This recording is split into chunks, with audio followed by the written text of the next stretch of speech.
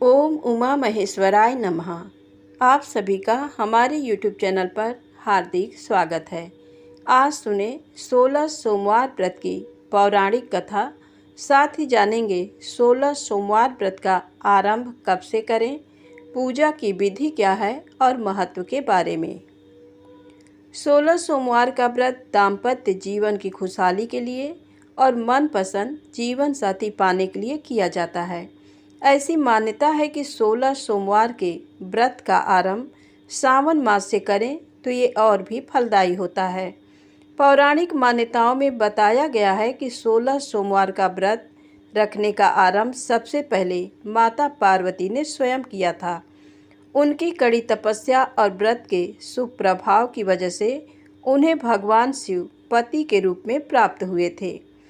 16 सोमवार व्रत की पूजा सामग्री: शिव जी की मूर्ति, भांग, बेलपत्र, जल, धूप, दीप, गंगा जल, धतूरा, इत्र, सफ़ेद चंदन, रोली, अष्टगंध, सफ़ेद वस्त्र, नैवेद्य जिसे आधा सेर गेहूं के आटे को घी में भूनकर गुड़ मिलाकर बना लें। किसी भी पूजा या व्रत को आरंभ करने के लिए सर्वप्रथम संकल्प करना चाहिए। तो व्रत के पहले दिन संकल्प किया जाता है, उसके बाद आप नियमित पूजा और व्रत कर सकते हैं। सबसे पहले हाथ में जल, अक्षत, पान का पत्ता, सुपारी और कुछ सिक्के लेकर संकल्प करें। फिर सभी वस्तुएं भगवान शिव की मूर्ति के आगे समर्पित कर दें। हाथ में अक्षत तथा फूल लेकर दोनों हाथ जोड़ लें और भगवान शिव का आवाहन करें। जब आप पूजा करने जाते हैं तो आवाहन के बिना पूजा नहीं करना चाहिए। हाथ में लिए हुए फूल और अक्षत शिव भगवान को फिर समर्पित कर दें। सबसे पहले भगवान शिव पर जल चढ़ाएं। जल के बाद सफ़ेद वस्त्र अर्पित करें। सफ़ेद चंदन से भगवान को तिलक लगाएं एवं तिलक पर अक्षत लगाएं। सफ़ेद पुष्प, धतूरा, बेलपत्र, भांग एवं पुष्प माला अर्पित करें। अष्टगंध धूप अर्पित कर दीप दिखाएं। भगवान को भोग के रूप में ऋतु फल, मिष्ठान, बेल और नैवेद्य अर्पित करें। आइए जानते हैं 16 सोमवार व्रत की पौराणिक कथा।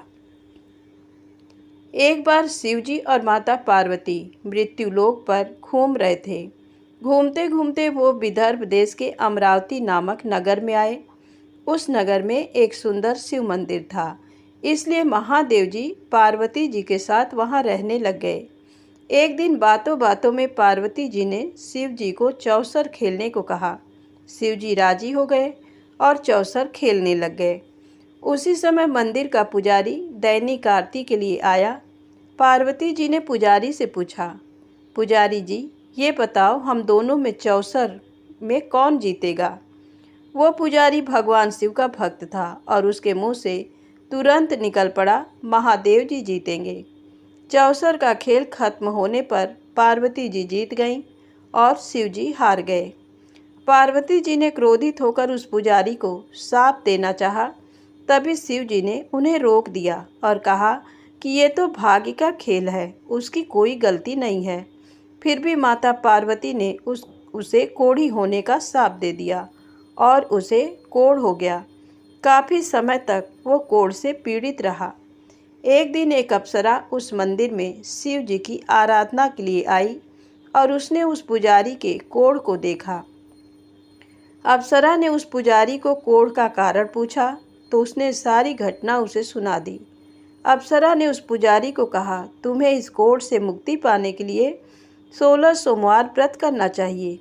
उस पुजारी ने व्रत करने की विधि पूछी। अप्सरा ने बताया, सोमवार के दिन नहा धोकर साफ कपड़े पहन लेना और आधा किलो आटे से पंजीरी बना देना। उस पंजीरी के 3 भाग करना। प्रदोष काल में भगवान शिव की आराधना करना। इस पंजीरी के 1/3 हिस्से को आरती में आने वाले लोगों को प्रसाद के रूप में देना। इस तरह 16 सोमवार तक यही विधि अपनाना। 17वें सोमवार को 1/4 गेहूं के आटे से चूरमा बना देना और शिव जी को अर्पित कर लोगों में बांट देना। इससे तुम्हारा कोढ़ दूर हो जाएगा।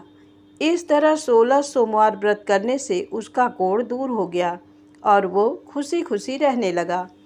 एक दिन शिव जी और पार्वती जी दोबारा उस मंदिर में लौटे और उस पुजारी को एकदम स्वस्थ देखा।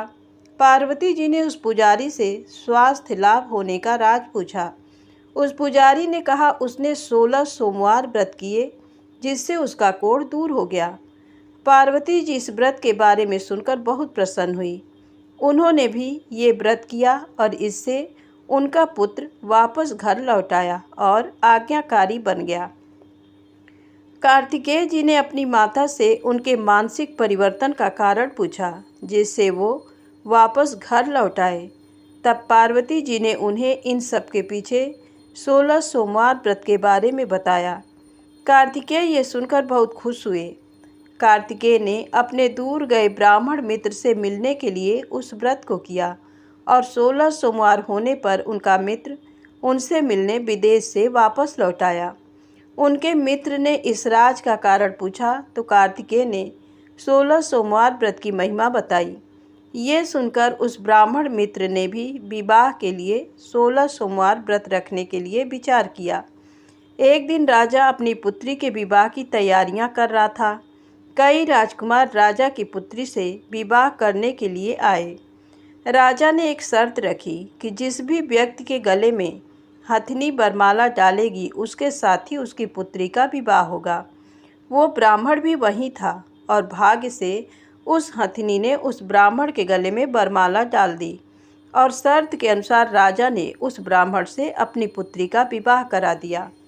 एक दिन राजकुमारी ने ब्राह्मण से पूछा, आपने ऐसा क्या पुण्य किया जो हथनी ने दूसरे सभी राजकुमार छोड़कर आपके गले में वरमाला डाली? उसने कहा, प्रिय, मैंने अपने मित्र कार्तिकेय के कहने पर 16 सोमवार व्रत किए थे। उसी के परिणाम स्वरूप तुम लक्ष्मी जैसी दुल्हन मुझे मिली। राजकुमारी ये सुनकर बहुत प्रभावित हुई और उसने भी पुत्र प्राप्ति के लिए 16 सोमवार व्रत रखा। फलस्वरूप उसके एक सुंदर पुत्र का जन्म हुआ और जब पुत्र बड़ा हुआ तो पुत्र ने पूछा, माँ, आपने ऐसा क्या किया जो आपको मेरे जैसा पुत्र मिला? उसने भी पुत्र को 16 सोमवार व्रत की महिमा बताई। ये सुनकर उसने भी राजपाट की इच्छा के लिए ये व्रत रखा। उसी समय एक राजा अपनी पुत्री के विवाह के लिए वर तलाश कर रहा था तो लोगों ने उस बालक को विवाह के लिए उचित बताया। राजा को इसकी सूचना मिलते ही उसने अपनी पुत्री का विवाह उस बालक के साथ कर दिया। कुछ सालों बाद जब राजा की मृत्यु हुई तो वो राजा बन गया क्योंकि उस राजा के कोई पुत्र नहीं था। राजपाट मिलने के बाद भी वो सोमवार व्रत करता रहा। एक दिन 17वें सोमवार व्रत पर उसकी पत्नी को भी पूजा के लिए शिव मंदिर आने को कहा, लेकिन उसने खुद आने के बजाय दासी को भेज दिया। ब्राह्मण पुत्र के पूजा खत्म होने के बाद आकाशवाणी हुई, तुम अपनी पत्नी को अपने महल से दूर रखो वरना तुम्हारा विनाश हो जाएगा। ब्राह्मण पुत्र ये सुनकर बहुत आश्चर्यचकित हुआ। महल वापस लौटने पर उसने अपने दरबारियों को भी ये बात बताई तो दरबारियों ने कहा कि जिसकी वजह से ही उसे राजपाट मिला है वो उसी को महल से बाहर निकालेगा। लेकिन उस ब्राह्मण पुत्र ने उसे महल से बाहर निकाल दिया। वो राजकुमारी भूखी प्यासी एक अनजान नगर में आई। वहाँ पर एक बूढ़ी औरत धागा बेचने बाजार जा रही थी। जैसे ही उसने राजकुमारी को देखा तो उसने उसकी मदद करते हुए उसके साथ व्यापार में मदद करने को कहा। राजकुमारी ने भी एक टोकरी अपने सर पर रख ली। कुछ दूरी पर चलने के बाद एक तूफान आया और वो टोकरी उड़कर चली गई और वो बूढ़ी औरत रोने लग गई और उसने राजकुमारी को मनहूस मानते हुए चले जाने को कहा। उसके बाद वो एक तेली के घर पहुंची। उसके वहां पहुंचते ही सारे तेल के घड़े फूट गए और तेल बहने लग गए। उस तेली ने भी उसे मनहूस मानकर उसको वहां से भगा दिया।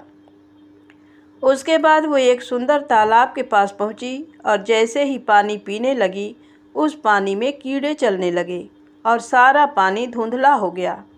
अपने दुर्भाग्य को कोसते हुए उसने गंदा पानी पी लिया और पेड़ के नीचे सो गई। जैसे ही वो पेड़ के नीचे सोई उस पेड़ की सारी पत्तियां झड़ गईं। अब वो जिस पेड़ के पास जाती उसकी पत्तियां गिर जाती थीं। ऐसा देखकर वहाँ के लोग मंदिर के पुजारी के पास गए। उस पुजारी ने उस राजकुमारी का दर्द समझते हुए उससे कहा, बेटी, तुम मेरे परिवार के साथ रहो, मैं तुम्हें अपनी बेटी की तरह रखूँगा। तुम्हें मेरे आश्रम में कोई तकलीफ़ नहीं होगी। इस तरह वह आश्रम में रहने लग गई। अब वो जो भी खाना बनाती या पानी लाती, उसमें कीड़े पड़ जाते। ऐसा देखकर वो पुजारी आश्चर्यचकित होकर उससे बोला, बेटी, तुम पर यह कैसा कोप है जो तुम्हारी ऐसी हालत है। उसने वही शिव पूजा में न जाने वाली कहानी सुनाई।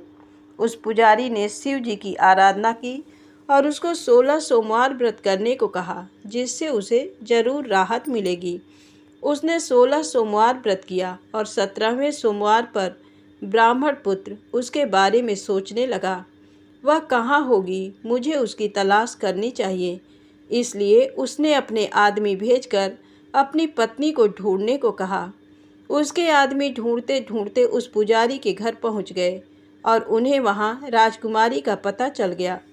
उन्होंने पुजारी से राजकुमारी को घर ले जाने को कहा, लेकिन पुजारी ने मना करते हुए कहा, अपने राजा को कहो कि खुद आकर इसे ले जाए। राजा खुद वहां पर आया और राजकुमारी को वापस अपने महल लेकर आया। इस तरह जो भी ये 16 सोमवार व्रत करता है, उसकी सभी मनोकामनाएं पूरी होती हैं। तो प्रेम से बोले शंकर भगवान की जय, गौरी माता की जय। दोस्तों, वीडियो पसंद आए तो कृपया वीडियो को लाइक अवश्य करें, चैनल को सब्सक्राइब करें। जय माता दी, जय भोलेनाथ।